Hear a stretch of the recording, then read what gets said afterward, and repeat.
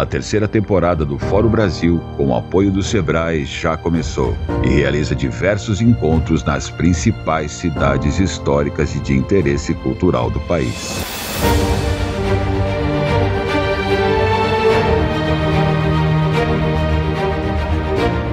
Entre junho de 2024 e setembro de 2025, o Fórum Brasil tem dado continuidade ao seu roadshow nacional. Com o apoio dos setores público, privado e acadêmico, está realizando a Agenda Cidadã de promoção do turismo histórico-cultural no Brasil, que pretende valorizar, apoiar e incentivar as ações que promovem a recuperação urbana nos centros históricos das cidades brasileiras. Em 2023, o segundo encontro nacional do Fórum Brasil, as experiências de Ouro Preto, Paraty, Recife e São Luís do Paraitinga puderam ser compartilhadas.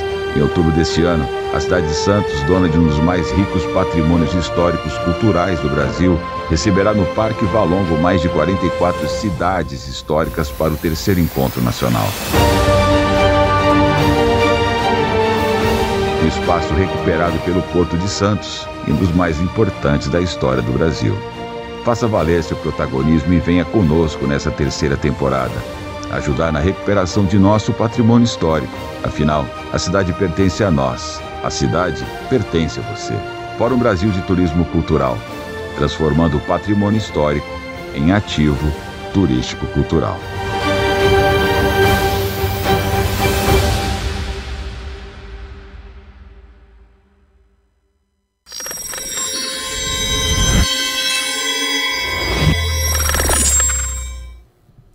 Olá, amigos, estamos de volta para mais um Protagonismo Regional em Debate, transmitido todas as segundas-feiras nos canais do Protagonismo Cidadão. Nesta semana nós estamos na Agenda Turismo para falar, mais uma vez, contar mais uma história interessante sobre a nossa região, sobre um personagem importante. Até poucas semanas, poucos dias, né, da realização do Fórum Brasil, da etapa nacional na cidade de Santos, nós estamos abordando um tema que acho que todo mundo vai gostar muito de saber, sobre a Ana Costa, né? Muito além de uma avenida. E para falar desse assunto, nós estamos recebendo os autores dessa obra que eu vou apresentar para vocês aqui, Ana Costa, Muito Além de uma Avenida, os escritores e biógrafos Alejandro Nascimento e Fabiola Savioli. Alejandro, Fabiola, sejam muito bem-vindos ao nosso programa e espero que vocês gostem também e possam compartilhar conosco um pouco dessa história. Obrigado. Me acompanhando aqui nessa entrevista, né, nesse bate-papo, a Roberta Stock, primeira vez que ela faz programa comigo aqui nesse estúdio, que é o nosso primeiro estúdio, né, Max?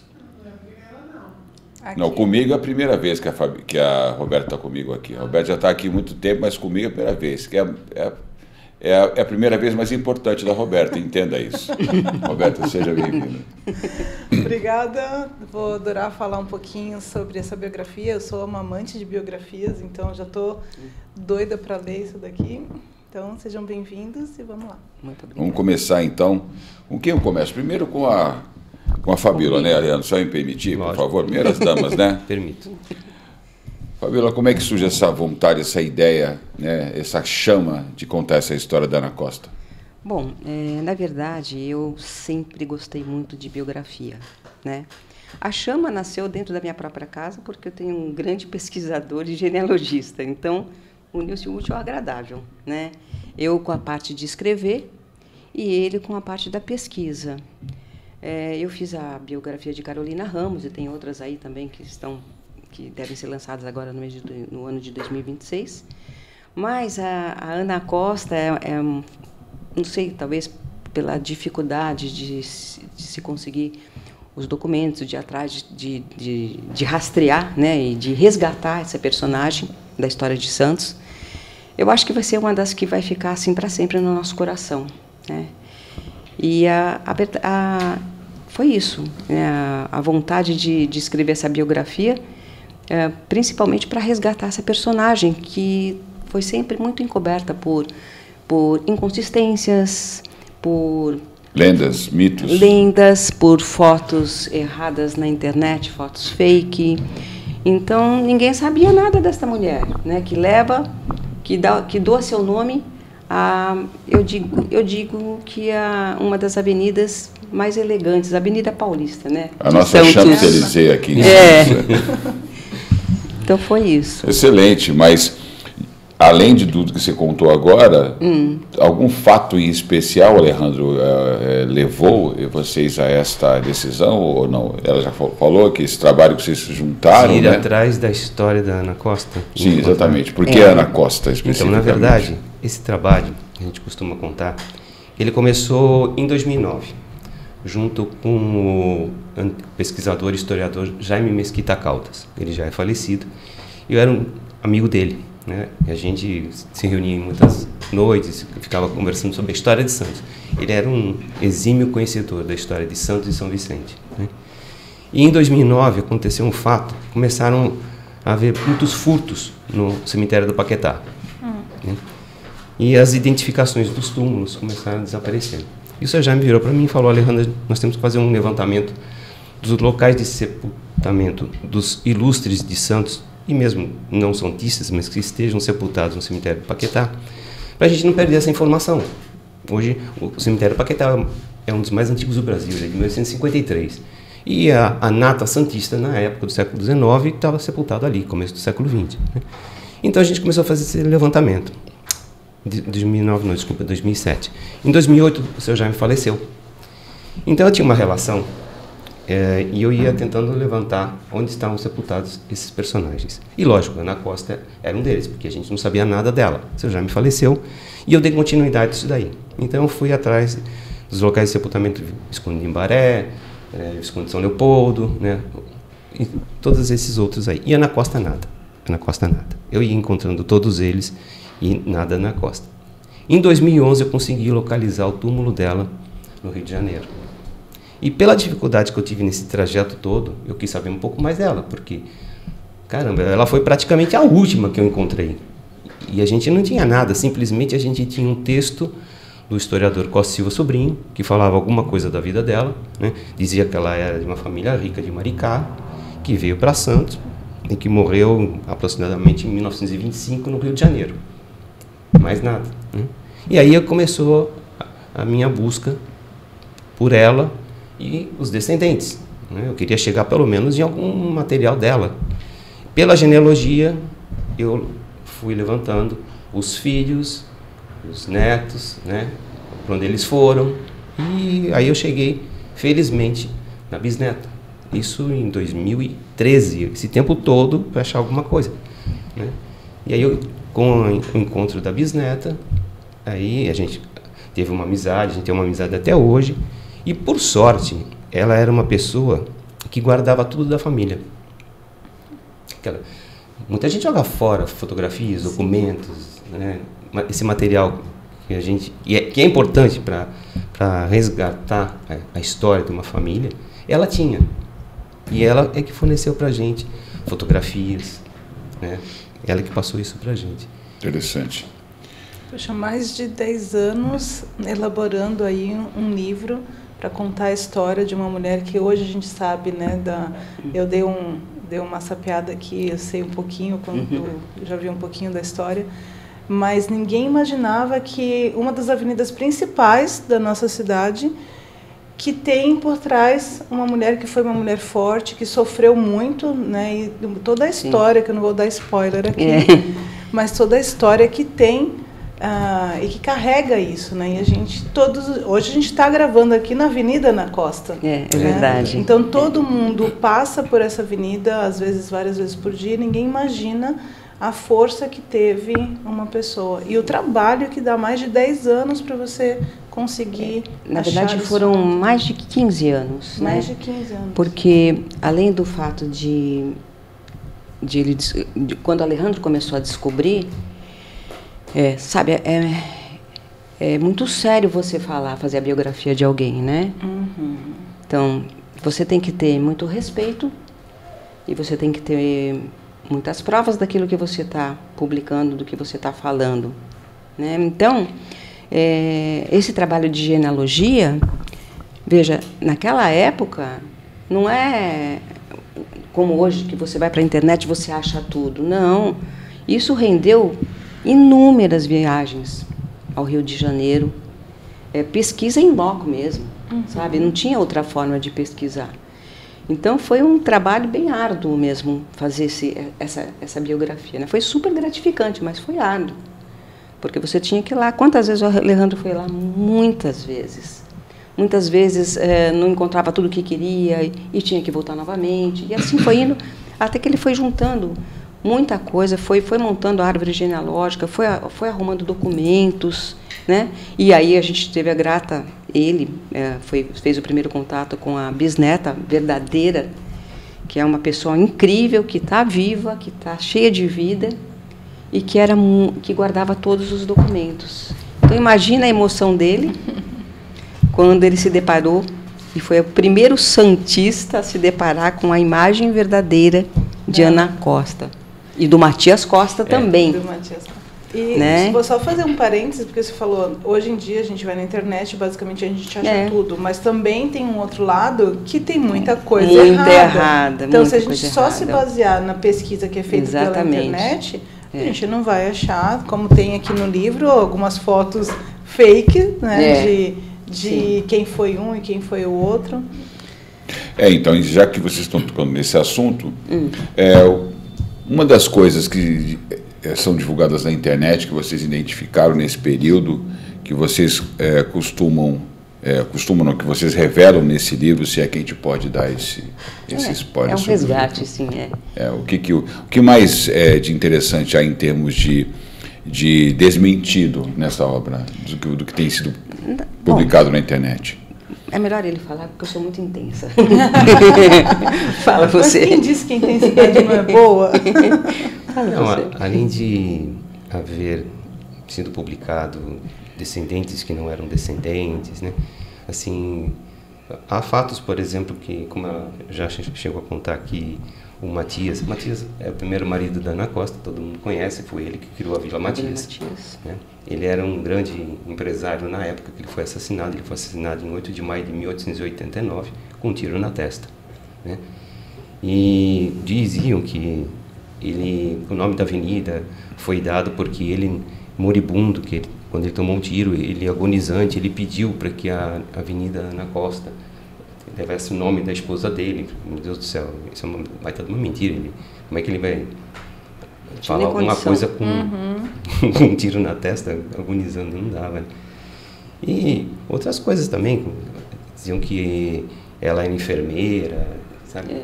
E que várias coisas, né? Além disso, que o pai de Ana Costa, por exemplo, era médico. Era médico, disseram e era assessor. Médico, que ele havia vindo para Santos para auxiliar o Saturnino de Brito na época do saneamento, né? Construção dos canais. E nada disso é verdade. Nada disso. Não, nada disso. Ele era um fazendeiro. Ele era fazendeiro. Ele era assim de uma família muito importante de Maricá.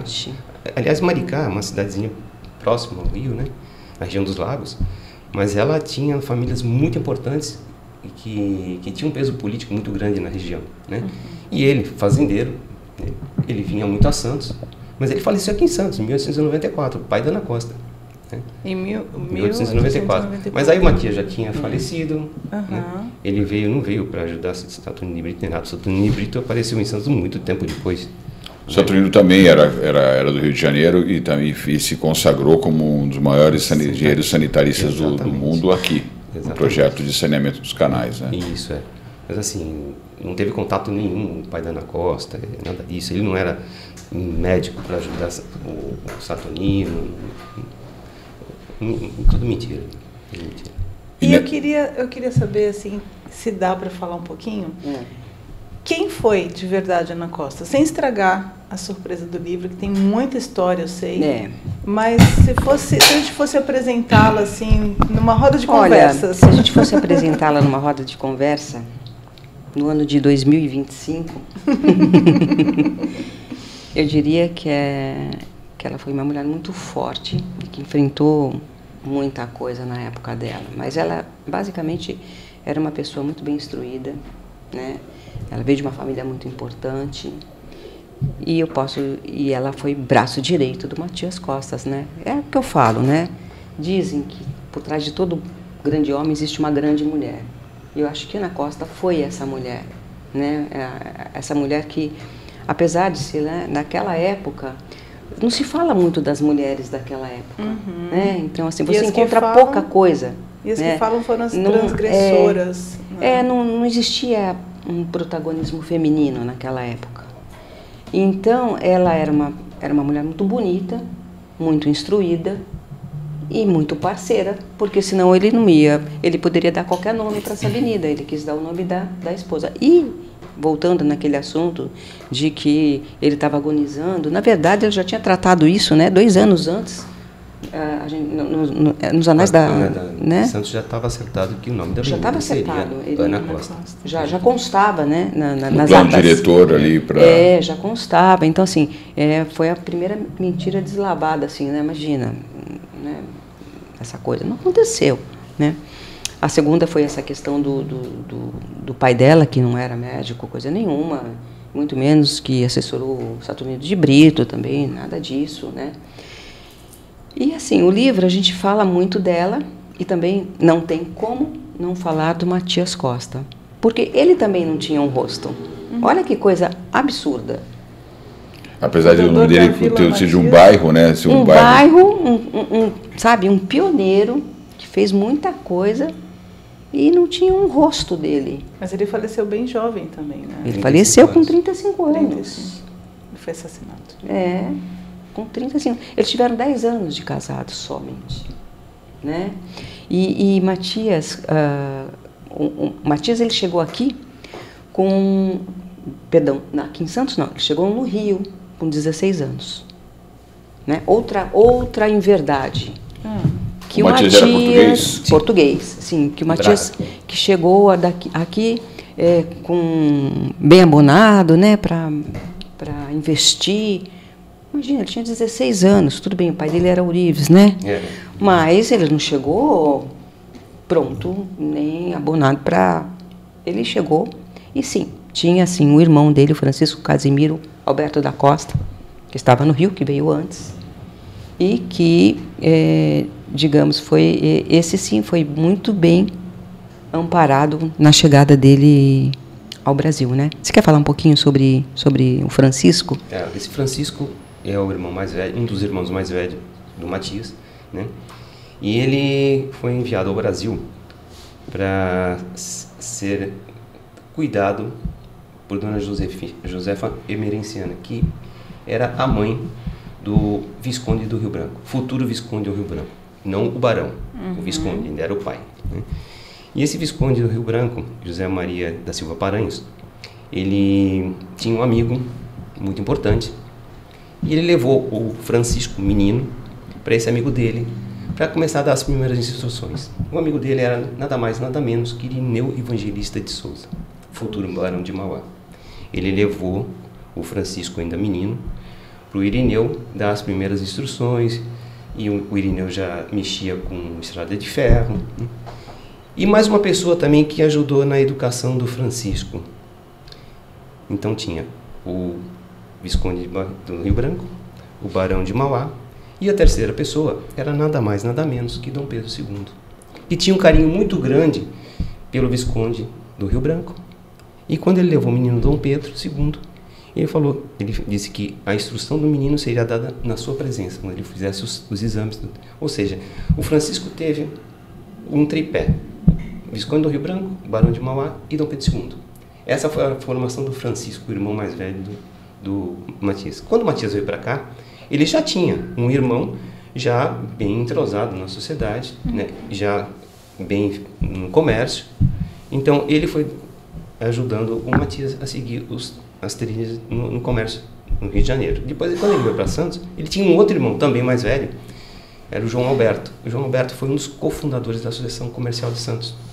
Então, também foi um alicerce para o Matias. Então, o Matias veio bem assessorado, mas não veio cheio de dinheiro para investir, nada disso. Ele foi crescendo aos poucos em Santos, né?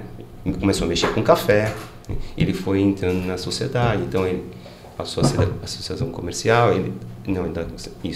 e também da Beneficência Portuguesa. Ele entrou para os maçons, na maçonaria, e assim ele foi criando a vida dele aqui em Santos. Interessante. E os negócios do Matias, você falou, eram ligados ao café, e aí ele começou a adquirir terras naquela região. Ele começou a mexer com o café e depois ele pegou alguns lotes, uma área ali que é hoje Vila Matias, ele transformou aquilo e ele teve a grande sacada, né, de ir para as linhas de bonde, né? Ele percebeu que isso estava crescendo, que era o futuro para a cidade principalmente, que ia proporcionar um desenvolvimento de Santos. Então ele fez a linha do centro de Santos até a Vila Matias, onde ele tinha área, e ali, 2 anos depois, ele fez a inauguração da linha até a Barra, a praia se chamava Barra, né? Até o ponto ali, o Gonzaga, na verdade, o ponto do Gonzaga era ali no Marcílio Dias, com a praia, onde tem aquela casa da Caixa Econômica Federal. Sim. Que já não é mais a Caixa. Tem casamento. Né? Esse título é muito além de uma avenida, fica implícito aqui que é uma vontade, uma iniciativa, um desejo de marcar bem que a Ana Costa é uma personagem emblemática, né? Sim. O que vocês destacariam? Já foi dito aqui que ela é uma mulher forte, que foi importante na figura do próprio Matias, que dá nome a essa vila, o bairro, né, da Vila Sim. Matias aqui. Mas o que a gente pode destacar que faz vocês terem essa visão tão clara assim da importância como personagem da Ana Costa? Aqui em Santos, a gente teve dificuldade de encontrar alguma coisa. Por quê? A gente voltando naquele assunto que é o protagonismo das mulheres. Nessa época, o pouco que a gente tinha na imprensa, não aparecia nada. O destaque era sempre dos homens. As mulheres não apareciam. Né? Por mais que ela fizesse alguma coisa, aqui não aparecia. A gente só foi encontrar alguma coisa dela no Rio de Janeiro, porque aí já era começo do século XX, e aí a gente pôde encontrar alguma coisa, porque ela teve ligação com instituições beneficentes, então ela foi mais atuante lá. Né? E a gente tem isso no livro. Foi somente nessa época que a gente conseguiu ver que a imprensa dava um pouco mais de atenção e valor para a figura da mulher. Né? Nessa época a gente achou alguma coisa no Rio de Janeiro. Aqui, por exemplo, ela tem uma irmã mais nova, tinha, né? 13 anos mais nova. Era a Elisa de Azevedo Sodré. Essa Elisa, ela participou da Associação Feminina e do Liceu Feminino, aqui em Santos, na criação. Ela era uma mulher super atuante, né? E ela atuou na Cruz Vermelha. Então, da Elisa, é muito mais fácil encontrar alguma coisa, porque os jornais já publicavam mais coisas. Da Ana Costa é muito difícil. Então, a gente teve que ir atrás dos jornais e fuçar alguma coisa para ver se a gente achava. E aí a gente achou que ela tinha, assim, atuação nas instituições de caridade, de beneficência lá no Rio de Janeiro, mas aqui em Santos a gente não conseguiu achar. Vocês conseguiram identificar nessa linha do tempo o que ela decide voltar para o Rio de Janeiro, a história dela com o Matias, o que aconteceu por trás desse assassinato, o que tem... Ela voltou para o Rio de Janeiro porque o marido foi assassinado, ela tinha 5 filhos pequenos, né? E ela queria um apoio, então ela voltou para o seio da família dela em Maricá, ficou 1 ano lá e depois ela foi para o Rio de Janeiro, onde ela chegou a casar novamente. Ela teve o 2º casamento e teve até uma filha no 2º casamento, que foi até uma cantora lírica muito famosa no Rio de Janeiro. Que veio 2 vezes para Santos fazer um espetáculo, né? Um deles com o Martins Fontes. Olha só. Ela se transformou no cantora lírica? Não, a filha. Não, A filha mais nova. A última filha mais nova do 2º casamento. Certo. Né? Ela se transformou... Quem é essa filha dela? Heloísa também, o nome Heloísa. dela. A dona Heloísa, a bisneta, leva o nome de Heloísa por conta dessa Heloísa, que é cantora... Então ela é bisneta da Heloísa? Não, ela é bisneta da Ana Costa. Tá. Ela é neta da Heloísa? Não chega a ser, não, porque já é outro casamento. Tá. Veja, é outro casamento. Já é o 2º casamento da Ana Costa com o José Bloin, né? Uma tia-avó. Oi? É uma tia-avó, mais ou menos isso. Agora, o que é interessante também é a gente ver, quando a gente fez a genealogia, a gente encontrou a descendência, a gente vê que os filhos também foram muito importantes no Rio de Janeiro. São militares, advogados, inclusive a família Azevedo Sodré, é impressionante como ela deu pessoas ilustres no Brasil. São diplomatas, médicos, jurisconsultos. Uma família que, pelo que a gente está vendo aqui, como ela já tinha, mesmo numa época que não se dava tanto protagonismo para as mulheres, mas que elas, no caso dela, ela teve acesso à educação, uma educação muito, de ponta, né? Então, não foi só ela que fez alguma coisa pela sociedade. E aí é engraçado, eu vou falar aqui uma coisa, não quero parecer uma feminista, mas como você falou que não tinha nenhum tipo de registro dela aqui em Santos, parece que o papel dela, quando ela foi mulher, esposa e mãe, ficou relegado, e é um papel que ninguém vê como importante. E aí a gente vê a história trazendo pra gente o quanto que o papel da mulher como mãe, como esposa, é relegado porque não tem importância para a sociedade, e porque não aparece. Ela teve, na verdade, 6 filhos, né? Um nasceu e faleceu uma semana depois. Então, eles tiveram 6 filhos, não 5, né? E assim, ela ficou 10 anos casada. Então, faz as contas, 6 filhos, seja um filho por ano, uma coisa assim. E logo o marido é assassinado, né? É lógico que ela não ia querer ficar na cidade onde o pai daquelas crianças foi assassinado. Correndo risco, inclusive, de vida. Exatamente. Então, ela quis voltar para o seio da família dela, e foi o que ela fez. Foi onde ela encontrou conforto. Quantos anos ela tinha quando ela ficou viúva? Ela tinha 33 anos. Muito jovem. Incompleto. Muito jovem. Muito jovem. Né? Mas voltando nesse assunto da falta de informação na história para as mulheres, no século XIX a gente não encontrava nada mesmo. Um tema em que Santos foi muito importante foi a abolição. Santos aboliu, fez a abolição da escravatura 2 anos antes da data oficial, que foi em 1888. 86, a gente já não tinha mais escravos mesmo. E assim, se a gente procurar nos jornais da época, são poucos os jornais, a gente não encontra nada falando sobre a mulher. E lógico que a gente tinha. Muitas mulheres aqui de Santos, elas escondiam os escravos. Elas ajudaram na abolição, sim. Ninguém fala de Francisca Faria, uma senhora que ajudou tremendamente na abolição.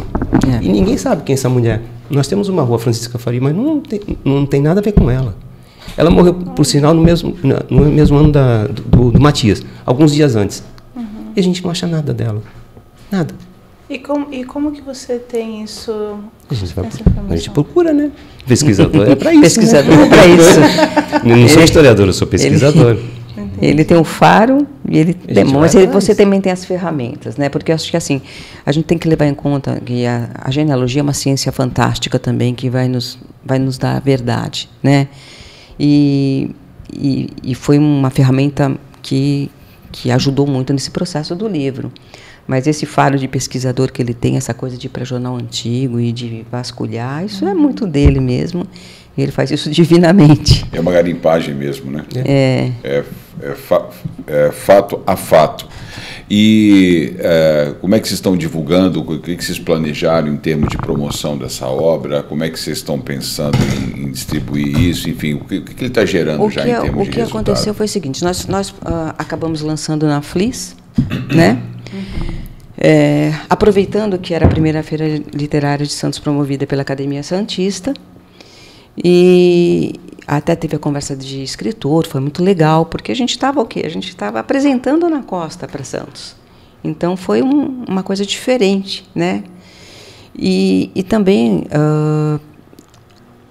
na verdade, esse mês de setembro, dia 22 de setembro, foi aniversário de 170 do nascimento de Ana Costa. Então, nós fizemos algumas palestras. No sábado foi no Instituto Histórico de São Paulo, para um público muito bacana, muitos historiadores na plateia. Vieram falar com a gente, gostaram muito do livro. Você vai ver aí no livro que nós temos 3 grandes prefácios, né? Primeiro da dona Heloísa, que foi a bisneta, que super importante. O segundo, que foi da Carolina Ramos, minha mentora, e acho que dispensa, né, apresentações. E o terceiro foi do Ives Gandra. E eu tive o prazer de estar com ele num café semana passada em São Paulo. Ele pegou o livro, ele botou o livro assim, Fabíola, está muito bem escrito esse livro, eu gostei muito. Nossa, quando ele falou isso, eu fiquei feliz da vida, né? Porque, na verdade, você vai ver, o nosso livro ele tem uma leitura bem leve, E nós tentamos deixar o mais leve possível, embora a genealogia seja uma ciência que torna um pouco pesado, não tem como, né? Porque a segunda parte do livro é a genealogia pura, dentro dos critérios da genealogia. Mas a gente tinha que provar o que nós fizemos na árvore genealógica. Então, não tinha como deixar aquilo leve, tinha que ser da forma que foi. O livro é recheado de fotos inéditas e verídicas da família, todas cedidas pela bisneta, né? E agora, a questão do livro, eu deixei à venda com o meu editor, que é da editora Comunicar. Então, pelo site, dá para adquirir. Acho que a gente pode colocar depois o link. Que é www.comunicar.com.br. A gente achou melhor deixar por conta dele, porque tem gente que é de fora, tem gente que é daqui, né? Eu tive uma certa dificuldade de conseguir colocar, por exemplo, na Martins Fontes, porque eu tinha que fazer um lançamento, e eu já tinha feito um lançamento lá na Flis, e fica complicado fazer 2 lançamentos. Então nós estamos fazendo dessa forma. Nós fizemos 300 volumes, que já estão acabando. Poxa. E eu gostaria muito de chegar nas escolas com esse material, porque acho que o que falta em Santos é divulgar a história da cidade. É o que eu ia falar agora, né? Exatamente. Depois da publicação de um trabalho desse, a tendência é ter eventos, né? Ter palestras. Exatamente. Né? Até produzir documentários, coisas desse tipo, né? E a gente pode porque quando o Alejandro estudou no Canadá, ele tinha uma matéria que era história de Santos. E hoje... Então, ninguém sabe. E naquela época, o ginásio, né, que eram 4 anos, no primeiro ano eu estudei História de Santos. A História do Brasil eu estudava no segundo ano. E terceiro e quarto era História Geral. Né? E naquela época, acho que a época era outra também, né? A Tribuna ela tinha muitos bons escritores, e os escritores que falavam sobre a História de Santos não eram somente historiadores, tinham médicos, né? Tinham advogados que escreviam sobre Santos. A história e a cultura de Santos era muito bem divulgada naquela época, até os anos 60. E os anos 70 começou a cair muito. E depois a coisa foi sumindo. Eu acho que a grande leva de edições sobre a história de Santos foi em 1896, na época do Davi Capistrano, que saíram vários livros. Né? A gente pode ver que a última grande leva foi nesse ano, nessa época, onde eles arrumaram, vamos dizer assim, né, de certa forma, a fundação de Santos, que era considerado 26 de janeiro de 1839, quando ela se tornou cidade, o que eu acho um absurdo, porque Santos é uma das cidades mais antigas do Brasil, e dizer que foi fundada em 1839, pelo amor de Deus, né? Isso é coisa absurda. Aí puxaram para 1546, o que também não é certo, mas pelo menos é melhor do que 1839. Né? 1546, pô, já tinha Santa Casa, já tinha igreja, já tinha um monte de coisa, vai dizer que foi fundada em 1546. Fundação é o comecinho. Exatamente. Né? Como São Paulo foi fundado em 25 de janeiro, que não tinha nada. Isso é fundação. Né? São Vicente. Agora, Santos já tinha um monte de coisa, tinha engenho. Como assim? Mas deixa para lá, isso é outra coisa. Assim, eu acho que de 1996 não teve mais nada. Então tinha que novamente haver obras novas sobre Santos. Não estou falando só o livro da Ana Costa. Né? Sim, tem que resgatar a história de Santos. Né? E outra coisa que a gente estava falando na Unisantos. Isso tem que ser incutido na cabeça das crianças. Os alunos novos é que vão falar sobre a história de Santos lá no futuro. A gente fala alguma coisa. E a molecada? Não sabe nada. Eu acho que tem um tempo para você fazer esse trabalho, né? E se você passa essa época mágica da criatividade da criança e da curiosidade, se você não desperta nesse momento, o que você vai cobrar ela quando for adolescente? Não adianta mais. O máximo que fazem hoje, Roberta, que eu vejo, é a escola pegar um grupinho de alunos, fazer um passeio lá no centro da cidade. Essa aqui é a Igreja do Carmo. Esse cara que está na estátua é Brás Cubas, o fundador de Santos. Tá, e acabou por aí.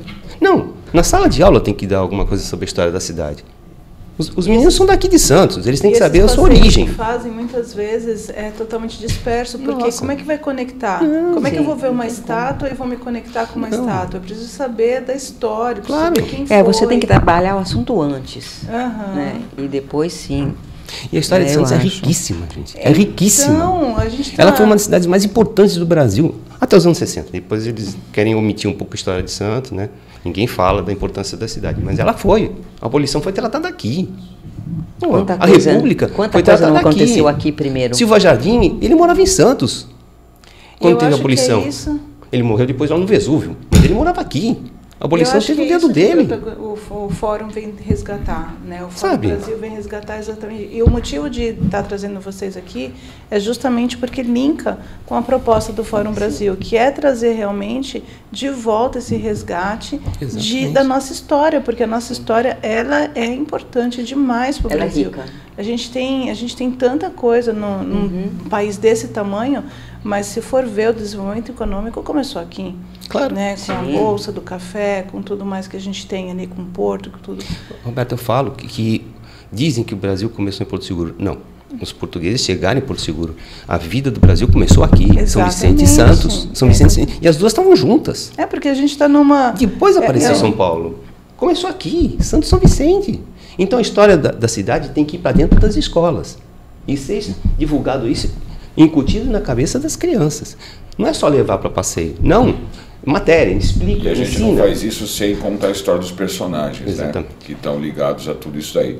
E realmente a Roberta lembrou uma coisa interessante, porque quando a gente criou o Fórum Brasil, eu fui descobrir uma coisa que eu não sabia, por exemplo, a importância que a ferrovia teve para o desenvolvimento do porto. Na verdade, a ferrovia, quando ela foi construída para escoar o café, a produção de café, enfim, para o Brasil poder exportar, tanto que nós temos o Museu do Café aqui, que foi a primeira bolsa de valores do país, e a economia fervia aqui nessa época, né? Então, evidentemente, vocês falaram aqui da associação comercial, o papel que ela teve, a relação que o Matias teve com a própria associação e como que isso se dá nesse contexto político e econômico do Brasil. E esse livro também traz essa importância, vocês também trazem esses elementos no livro, contando a história do Matias e da própria Ana Costa, dentro do contexto histórico, político, econômico do país. Isso também é tratado de alguma forma no livro? Do café, somente a gente cita que ele foi comissário do café, né? A gente dá ênfase no Matias à implantação das linhas de bonde, certo, né? Porque ele não tinha a ver com a ferrovia, né? Mas a linha do bonde, sim. Isso a gente Existe um trabalho grande feito em relação ao Matias, sim. Mas como a ideia era fazer o resgate de Ana Costa, lógico que a gente falou, nós passamos, né, por esses assuntos, né, mas nós nos centralizamos mais na Ana Costa, porque ela era completamente esquecida e desconhecida. Mas está prevista, assim, a gente está pensando já nisso, numa segunda edição revisada e ampliada, onde aí a gente vai colocar tudo do Matias, porque tem muito material. Ele era o Matias Casemiro Alberto da Costa. Exatamente. Isso. Cidade de Braga. Certo. E a Ana era a... Ana Cândida. Ana Cândida. De Azevedo Sodré, que virou Ana Cândida de Azevedo Costa, né? Depois que casou com ele.